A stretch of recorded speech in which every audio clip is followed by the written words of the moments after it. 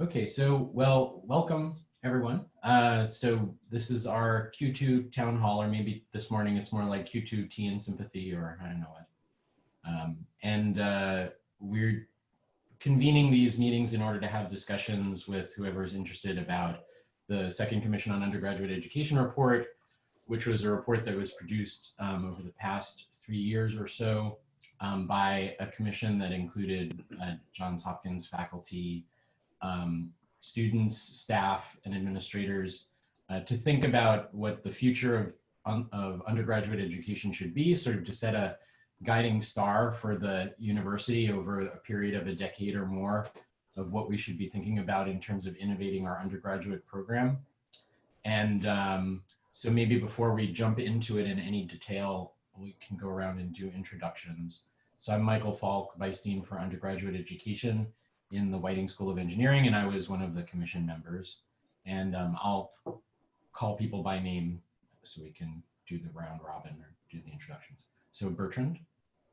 My name is Bertrand Garcia Moreno. I am chair of Biophysics in the School of Arts and Sciences, also a commission member and working with Michael on implementation strategies.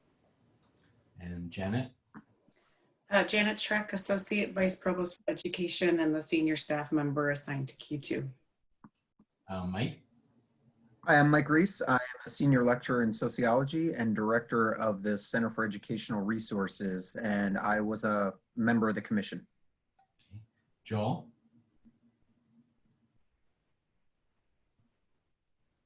You there, Joel? Joel Schulbach, Vice Dean for Undergraduate Education, and Krieger, Professor of Biology. Okay. Natalie? Oh, you're muted. I'm sorry. There it is. Hi, Natalie Lorenz Anderson, and a graduate student from Johns Hopkins and part of the commission as well. And Michael? Hi, I'm Michael Dinitz, Assistant Professor in the Computer Science Department. And we're being supported today by Ellen. So Ellen. Hi, I'm a Senior Administrative Coordinator in the Office of the Provost, helping support the Q2 Commission. So I'll just maybe quickly throw the recommendations up on the screen just to review for folks what the recommendations were or are. And I just want to emphasize when discussing the recommendations that this is not a done deal, in the sense that the commission is still revising the report with an aim to publish the final report in June. So this is a period during which we're taking feedback and trying to explain the recommendations to individuals so we can get information to clarify the report and potentially adjust the recommendations. So we value all feedback at this time particularly. So there were 6 recommendations. The first around undergraduate curriculum. There were 4 subparts to the first recommendation. The first is to create a required first-year seminar to sort of quickly bring undergraduate students into the process of exploration and critical thinking when they enter the university. The idea of a Hopkins semester, which was that every student would have the potential to take a entire semester in an immersive activity, be that research, study off campus, an internship, an artistic project, something that would take a large, the majority of their effort during that term, and that would be a credit-bearing term. The integration of curricular, co-curricular, and extracurricular learning. And the last recommendation under curriculum was instruction in the foundational abilities. So this was explicitly a desire by the commission to replace the distribution requirement that students currently fulfill for, which is their breadth requirement, with a requirement to attend to 6 foundational abilities that are listed here, some of which might be included in their major, but some of which would take them outside of their major area of study. So I won't step through those 6 foundational abilities, but these are the ones that were articulated by the commission. The second recommendation was around increasing the flexibility of the majors, and in particular ensuring that at least 1/3 of the credits required for the bachelor's degree were not constrained by major requirements. The third was to enable professional school faculty to be more engaged in the teaching of undergraduates and to facilitate students' motion between the undergraduate schools and the professional programs. The fourth was to create to really rethink our advising system, to perhaps engage a more care team model where students have access to staff advisors, faculty mentors, and life design counselors working as a team. The fifth was to improve assessment methods for courses, and in particular to do away with course assessments that judge students' grades based on how they do relative to each other, but instead to assess them relative to well-articulated professional standards. So basically doing away with the curve. And six is the last one, to establish new systems for assessment of teaching and mentoring by faculty to sort of go beyond the student course review. So those are the recommendations. I think I'll stop the screen share. And so, you know, we don't have a big group today, and some of the characters here are the traditional cast of characters.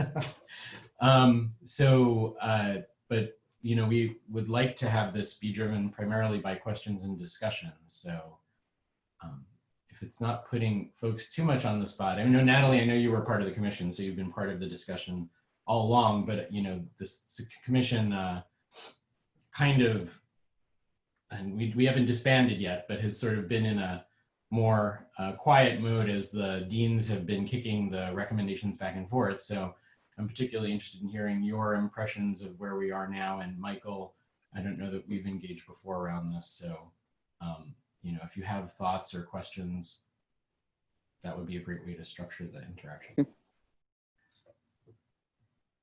So you're asking if I want to maybe say a few words? Yeah, sure. Okay.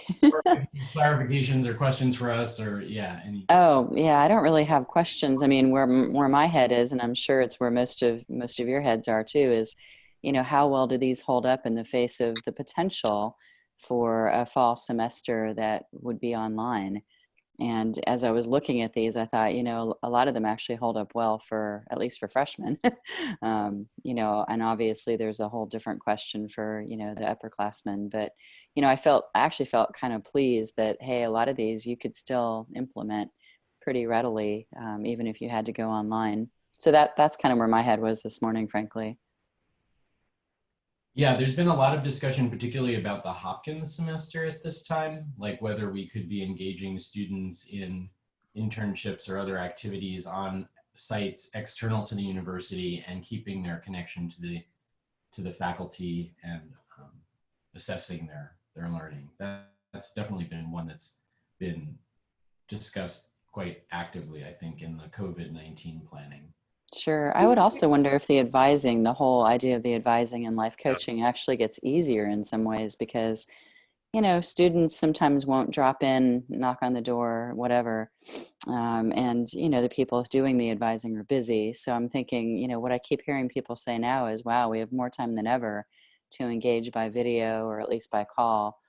And so I'm actually hoping that could be facilitated and maybe is already going on now.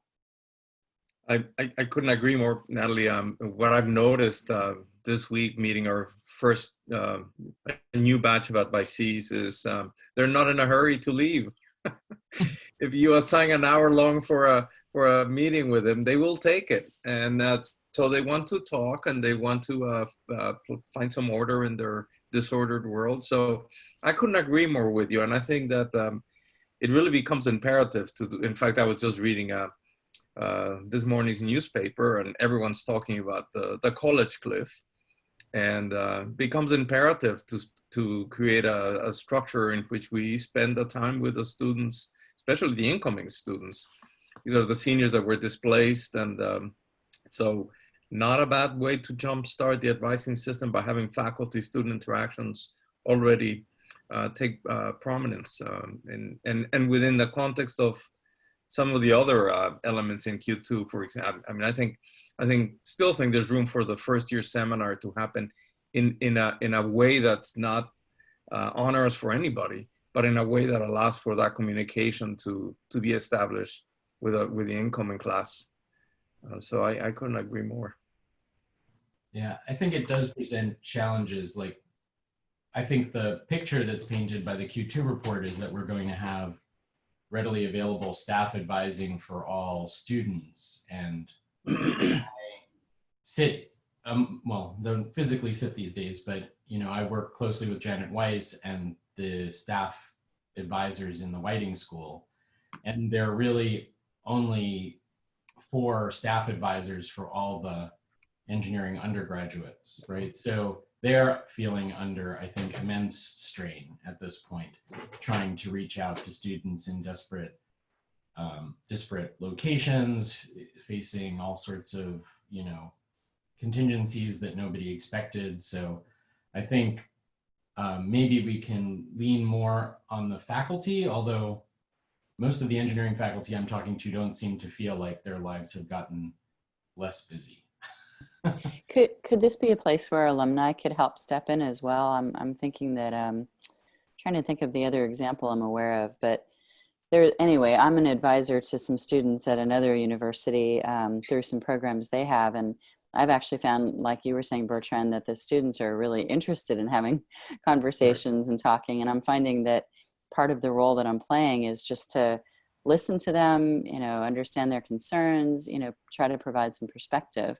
So I wonder if you could also leverage alumni. I know that that's tricky because you don't know what the alumni are going to say, and maybe we don't have all the right talking points, but maybe we can be armed with some things that give us some of the facts. So maybe there's a way to get help from all of us.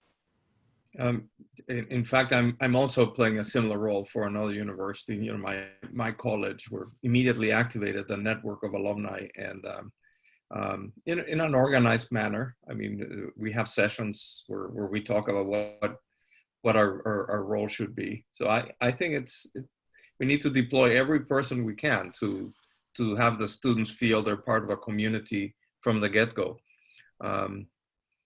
Yeah, and Michael, I agree that the faculty in general feel that things haven't gotten simpler. So I'm not suggesting that the faculty have the time. I think the students are finding that they have more time. The rest of us don't. You know, it's interesting. So just a couple of comments. One is, of course, we have more alums. By the way, good morning, everyone. You know, we have more alums than we have students. Right. And so that gives us the option to really make sure that the alums that we engage in what Natalie is suggesting are, you know, well chosen in the sense of they do know the school, they've been engaged, they're not coming at this new, and we know who has been engaged and who would be good advisors. So I think that is a resource we can draw on. It's interesting about the students, having a student at home. The students are not as busy the way the faculty are, because the faculty, of course, they're writing proposals and they're trying to keep their research going at some level, and the computationalists are fighting the computers that are remote and not working, and so the faculty are busy and they're having meetings and this. The students are less busy in the scheduled sense, but they have far fewer opportunities for in a positive sense, positive distractions and positive attention to other things. So I'm watching my student, my son. He's got classes, he's got meals, he's got sleep. He's not getting together with friends. He's not going, he's doing exercise at home. He's exercising at home, but he likes to take part in athletics. That's not available. Video games have already gotten old, you know? So the students have a different issue, which is, you know, it's school, sleep, eat, school, sleep, eat. And that's not a great schedule either. So. Yeah. we were talking earlier, Ed, about the growing need to create demarcation between days and to break that schedule, because it has a way of taking over and not in a good way. Yeah, there was a Completely meme. agree. I'm sure you've seen all the memes out there. There's a lot of humor, but one of the memes I saw that kind of captured it was that it said, "The days of the week have officially been renamed to this day, that day, someday, the other day." That's a Yeah. song, isn't it? I do love that. Ed, I'm in the same position as you know. Zane's home as well for the duration, and he's in the middle of finals with his university. And right now it's crazy because he just went to bed, I think at 6:30 this morning. Yeah. And of course that was the reason I was able to be up on time for this call. But I'm hoping in 2 weeks, right, that it'll be a different situation. And what I noticed from the students I'm talking to from other schools is some of them are highly motivated to, you know, like one of the ladies is doing casework.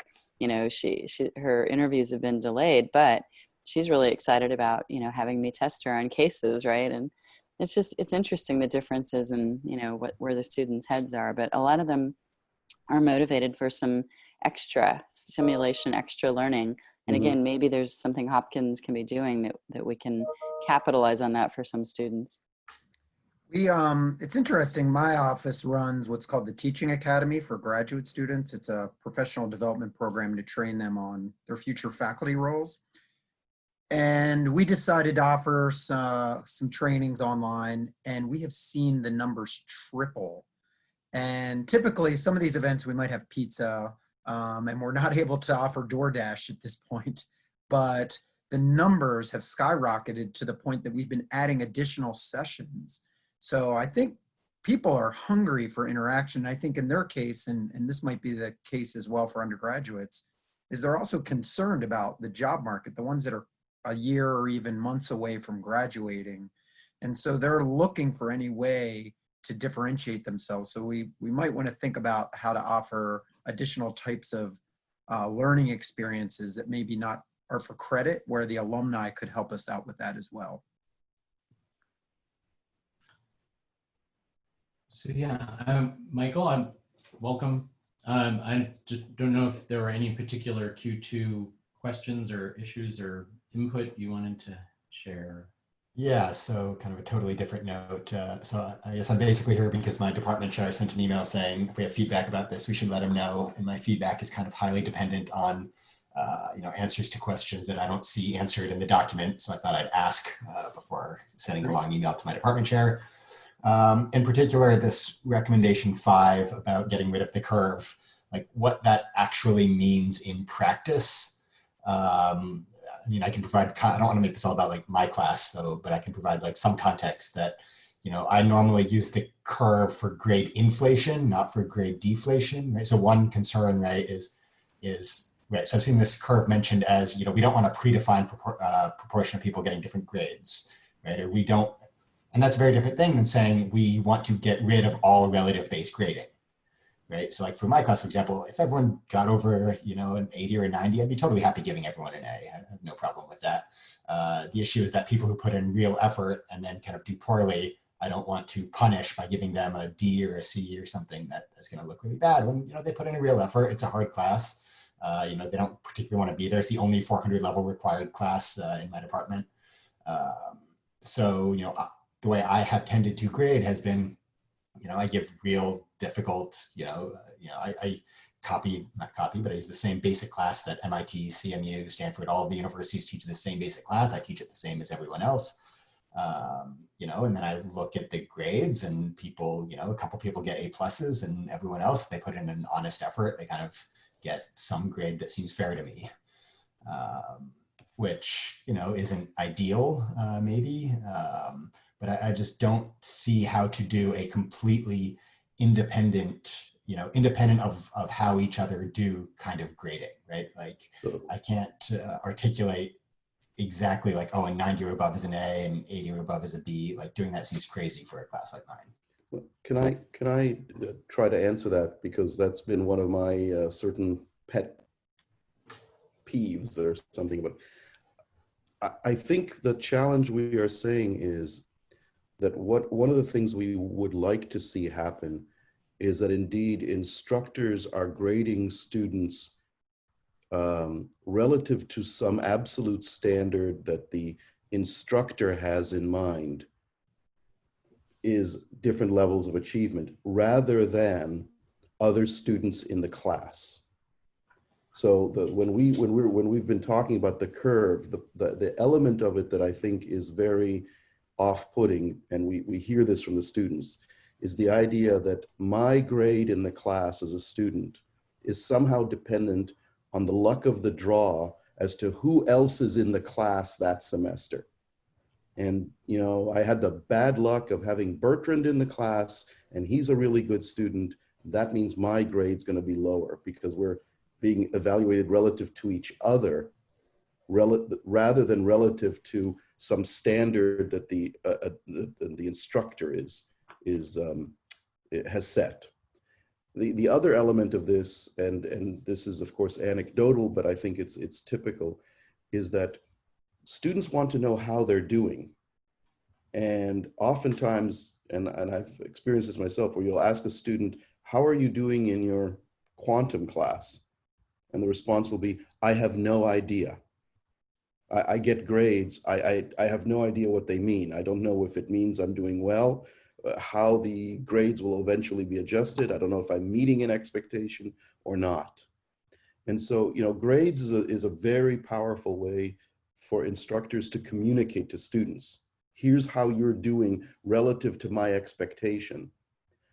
And that's okay to have that communication. The communication that's a sort of a negative communication. Here's how you're doing relative to your classmate. And so now don't work with your classmate. Don't be a good community because their success means your failure. And that's what we want to do away with. That pitting the students against each other. Right. So like to me, these two issues, which are both very real and very important, seem like almost orthogonal. The issue of pitting students against each other in competition and relative grading versus the issue of meaningful grades and what is the standard and can I interpret these numbers? So like I totally agree on the first part, which is exactly why I use it only for grade inflation, never for grade deflation, right? And you know, I have in mind a set of standards, and it's difficult for me to articulate what they are. But if push came to shove, I could probably write down you know, some document about what I think the standards kind of should be. But you know, when you're doing mathematical proofs, which is, you know, what I teach, you know, sometimes it's just hard to kind of say like, this is exactly this is exactly that. You can't come up with a straight rubric ahead of time. Like it's one of these, you know, when you see it, and you know, right. So I kind of feel like, for me at least, I put real effort into saying that, you know, to my students, you know, you're not graded relative to each other, right? If you do well in the class, you're going to get a good grade. That's the end of the story. But then it is very hard to interpret these grades, right? Because sometimes this happens less now, but happened more when I was like a first or second year faculty. Like I'd make an assignment too difficult and everyone would do very poorly. And that's, you know, not a reflection on them. That's a reflection on my assignment design, right? And my teaching. And that happens less often now, but it still happens. So I think that's exactly the conversation we want to have, right? Because if we agree on the principle that we don't want the students competing with each other, which is a very negative kind of environment to have. This is what creates the so-called cutthroat, you know, culture that we don't want to have, and so forth. Then we're 90% of the way there, because that's really Right. So that's why my question is really about like what this means in practice. Because like I'm totally on board with this idea of like, let's not punish people for happening to be in a strong semester and make them compete. Like we want everyone working together. We want, you know, a community of learning. But then like in practice, what this means for how I'm allowed to grade my class or encouraged to grade my class. Exactly. So that's where you get into nuance, right? Because and that's where the communication is very important. Because if the students are absolutely confident that their performance and their success is based on their performance and not on their relative performance to the other person in the class, then the rest really becomes a question of how do you communicate that to the students. And sometimes it's really, you know, so for some instructors in some courses, maybe they can say, you know, get a 90 and above and you got an A, get an 80 and above and you'll get a B and stuff or whatever, right? It may be that in your class you tell them, look, I'm going to give you really tough exams and I'm going to have some judgment here. The question is, it really becomes problematic, and the more experience you have, the more experience you have, right?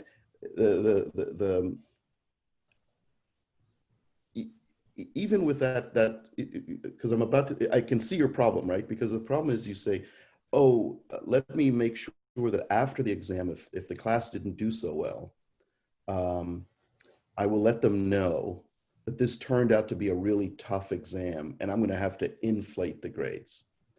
But in some sense, what if there's those 2 people in the class who on that really tough exam really did well? And how do you communicate the fact that their stellar performance is not going to cause you to say, oh, I guess it wasn't such a tough exam because at least 2 people did really well. And then immediately you've fallen into the trap of, in some sense, grading people relative to each other, relative to the absolute standard. So it's not easy, but it really comes down to the students feeling that at the end of the day, I'm evaluated relative to a standard that the instructor has set and not my performance relative to my classmate that semester in the class. That I think is really the key. And now maybe others can articulate it differently, but I think there's another, I think one of the things Michael's pointing out is that there are multiple principles embedded in that recommendation. And one of the aspects, so there was certainly the aspect of not grading the students relative to their peers in terms of setting up a competitive environment. But there is another, I think, item that's communicated in that recommendation, which I was a Hopkins undergrad once upon a time, and some of the undergraduates who we talked to expressed this particular concern, and this totally resonated with me. And I've struggled with this as a faculty member too. It's that they would say, oh, I go into my class and I sit for an exam and I get it back, and out of 100 points, I've scored a 23. So I go home and I cry. I'm sure I don't understand anything about what I'm learning. Then I go in the next day and I find out the mean was a 20 and I have an A. And I leave thinking, well, I'm glad I guess I got an A, but I still don't feel like I understand the material. I still feel like a failure, you know? And I think that's another aspect of, you know, assessment that I think we really need to struggle with, because I think a lot of, I mean, this situation occurs in many, many of our classes. I know I've struggled with that too. I taught a class for a long time, which was like transport. It was like students' first exposure to partial differential equations. They find it very difficult, you know? And so it wasn't uncommon that I'd put together an exam and students wouldn't do as well as I wanted. The mean would be like a 650, 60 something. So sometimes what I would do is I'd say, hey guys, this isn't where I was hoping we'd all be right now. I'm going to give you the exam back. I'm not going to give you the answer key. You have to work 2, 3 of these problems and without talking to anybody and give them back to me. And we're going to regrade and we're going to average the new grade with the old grade. Something to acknowledge that, yeah, we didn't quite get to where I was hoping we were going to be. We're going to keep working on this, you know, but I want you to get to this point because that's where my aspirations for you are, you know? Yeah, So I mean, I think that takes supporting the faculty in ways that we don't do now. right. Yeah. So I see that, and that's a real issue with my class, and I agree that, you know, this is, like you said, there's different principles embedded in this one recommendation. That's why I was kind of asking about what it is, and this is the one that like I struggle with. That this is a real problem, and I would like to figure out how to fix it in my class, and I don't know exactly how, but it's clearly an issue that, you know, I want to fix. But, you know, saying that because of this issue, we're kind of, you know, have to predefine, you know, grading standards in a like super well-defined way, kind of to me sounds like kind of throwing out the baby with the bathwater kind of thing, right? That, so I think what you're saying, Michael, Michael Dinitz, I agree with. it's not easy. It's so much easier, especially in a very large class, to just say, hey, I've more or less got a Gaussian distribution, and you know what, if they get pi, they get an A, and if they get E, they get a B, and that's perfect, right? And how do you make allowances for recognizing that there are a couple of superstars in the class this semester over and above our usual superstars, and somehow recognize them, but not cause the rest of the class to sort of suffer because, you know, these future Turing Award winners happen to be in the class that semester. And how do you articulate some sense of an absolute standard while at the same time making allowances for seeing other dimensions that you as an instructor will see? And so I guess for me, what we're saying in this particular recommendation is, yeah, we're burdening you as the instructor to figure all this out, but don't, and so recognize excellence when you see it, recognize hard work and effort when you see it, communicate well to your students all along the way so that they have a sense of how they're doing. Don't demoralize them in the sense that Michael Falk suggested, and absolutely make sure that every student knows that their accomplishment is a product of their work and not a product of keeping the other person down somehow. And yeah, do all that. And it's not easy, but it's where we ought to aspire to be, I think. Right, and you know, I'm totally on board with that, which is, you know, why I was kind of, my question was much more kind of practical in the sense of like, you know, there's all these things that we would like, you know, what does this recommendation actually mean? Like, should my feedback be, you know, oh, Hopkins administration is going to force me to set up numeric, you know, rubrics that then, and so like that I'm super against. If it's a, you know, this is something we aspire to, and, you know, CER or whoever is going to kind of work with faculty to figure out how to best implement that in our classes, you know, that's a very different kind of thing. Yeah, and I think it's the second, which is the intent here, and the students. I think what we heard from the students and what we always hear from the students are what we want to get. As I say, I still get back to the students want to know. Want to know that their hard work and accomplishment is recognized as an individual, not as relative to the rest of the class. How do we do that? Yeah, and I think like a lot of these recommendations are sort of closely linked to each other, you know, and I think the last one, which is the focus on assessment of teaching. I think, you know, part of the thinking behind that is that, you know, our current system of the only way we assess teaching is student course reviews doesn't really serve us well in terms of having some interaction around evaluation of the teaching where faculty come into communication with other faculty or with our education experts and diagnose, well, what's going on in this class that's working? What's going on in this class that could be better? What are the things other people have done to when they've had similar problems? Because everybody's having the same problems. Yeah, and so I think that those two are quite closely. Yeah, I think I agree with that, and I think that there's lots of things on, even by the name, course evaluation implies a rather narrow kind of view of what should be done with that, right? I mean, I've often spoken with colleagues about shouldn't there be a section on student self-evaluation? Did I work as hard as I should have in this course? Did I, you know, did I do the things that I should have been doing to enhance my learning? And if the answer to those questions is no, I sort of goofed off, and, you know, and if there's that honest self-evaluation, then maybe that changes my perception of whether the course was good or not, because I wasn't pulling my weight as a student. So, you know, I think Michael's absolutely right. There's a lot of these things are coupled, right? Another example of coupling in these recommendations is the flexibility in the Hopkins semester. You know, flexibility is going to be very, very challenging in engineering. It's going to be very difficult for faculty to give up or to be able to say that this course or this material is not going to be required of every one of our majors, right? Because we all feel that our majors should learn everything because it's all important. None of it's not important.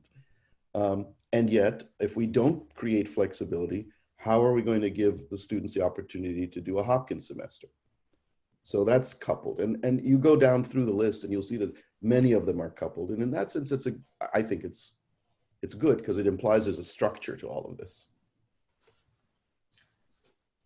Is there a possibility, listening to Michael Dinnett's comments, is there a possibility of having some, I don't know, focus groups or discussions among teaching staff, right, faculty that, you know, could talk about what some of their experiences are trying to do this and maybe share some best practices?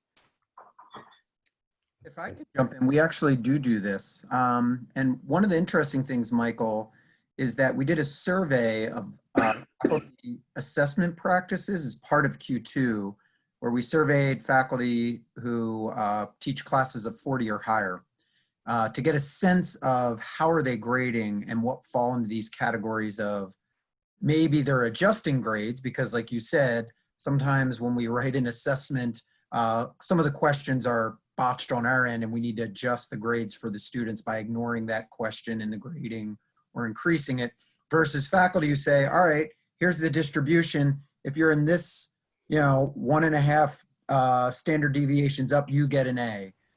That's very different than I think what you're describing. But then we use these data to share with faculty through our innovative instructor blog. And then we've even started to hold sessions, especially now with the COVID-19 impact, about how do we assess students and what are different strategies that we have, because there's some pretty unique things that faculty are doing. And not to go into it too much, but there's one faculty member who uses what's called specifications grading, which is, here's a checklist of things that you need to accomplish in the course. And if you do this list, you get a B. If you go this much higher, you get an A, C, whatever it is. So it's very clear to students if they accomplish these things, and it's not just checking them off, but meeting a certain scale, that, that you get a grade that's predetermined. And we've been holding events so that faculty can learn about these different alternative grading strategies. Great. So I noticed we had someone join in a bit late. So if you don't mind me putting you on the spot, Astoria, would you mind introducing yourself and maybe we could quickly reintroduce ourselves? And I don't know if you have any particular questions you want to ask. Hi, and thank you. My name is Astoria Edwards, and I work for the Center for Social Concern as a compliance specialist. And I'm relatively new to Hopkins, so I'm always willing to learn more and hear what's going on. And I was just enjoying the discussion and how I can take this back to the CSC, and just about even with our assessment team when we're doing trainings and how we can be thoughtful. Great. Well, thanks for joining us. Yeah, so maybe rather than have everybody do roll call, I could quickly tell you who the cast of characters are. So I'm the Vice Dean for Undergraduate Education in the Whiting School. Bertrand Garcia Moreno is the Chair of Biophysics. Janet Schreck's in the Provost's office. She's, okay, I'm not gonna remember your full title. Assistant Provost for Academic something. Ed Schlesing is the Dean of the Whiting School. Mike Reese runs the Center for Educational Resources. Joel Schildbach is my equivalent Vice Dean for Undergraduate Education in the Krieger School. Michael Dinitz is joining us from the Computer Science Department, and Natalie Lorenz Anderson is an alum who's served on the commission. And Ellen Bonta is supporting us in her role in the Provost's office. Thank you. So are there particular things, so you said you're in the Center for Social Concern, right? Yes. Yeah, so did you get a chance to look at the commission report, and did you think there were parts that sort of aligned well with the CSC's mission or things you guys are trying to accomplish there? Yes, and I'm looking at more of the community-based learning with Dr. Stocks, she leads that for us. So, and just I guess from my take on it, and I'll just say this, I had 15 years in healthcare. So coming into higher education is a different view for me in working with students. So understanding where they're at and how we can, I guess, add to their learning at the same time with the co-curricular. That experience with the community partner being out there in the community, and then also what they're learning and like bridging those two things so that they're ready to, you know, step out into the world and having that meaningful experience. So I'm still unpacking, and that's the truth. And that's why I just wanted to, you know, come on to this discussion to hear, you know, what's going on and how I can like take whatever I'm learning here and take it back to the CSC.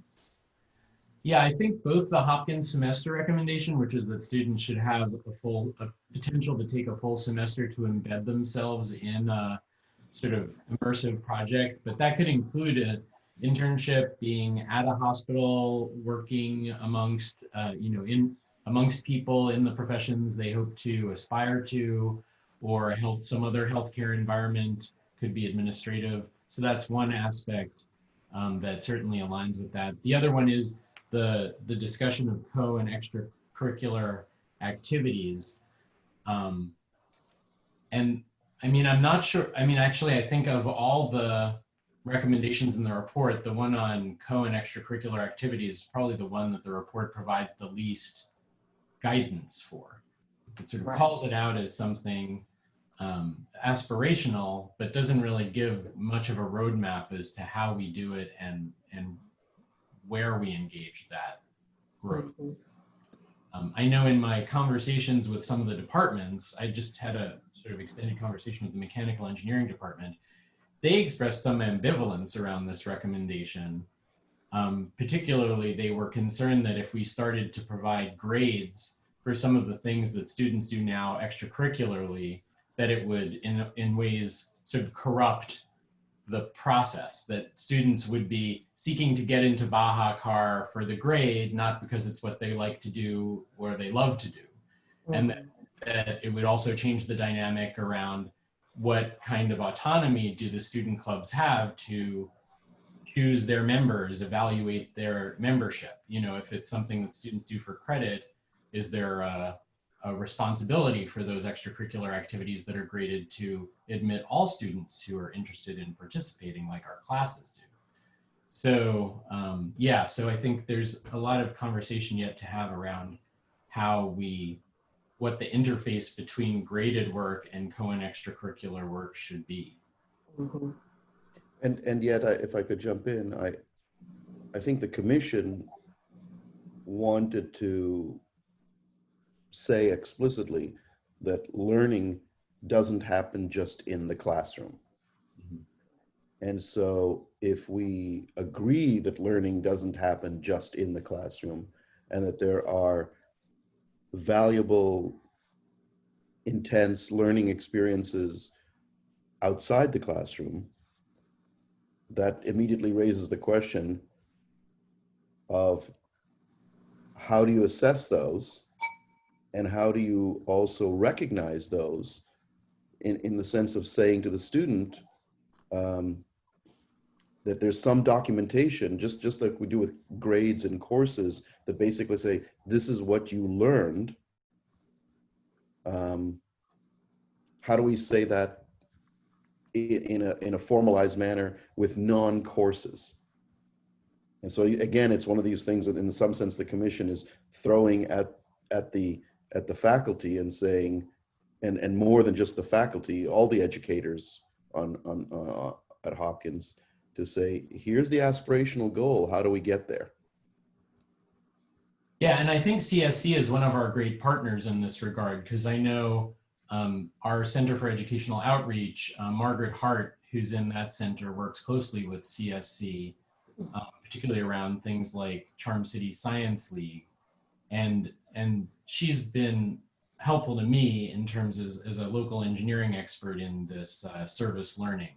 And there are a number of good exemplars I know around the country of how students get engaged in service learning projects, and those are awarded credit and sometimes also graded.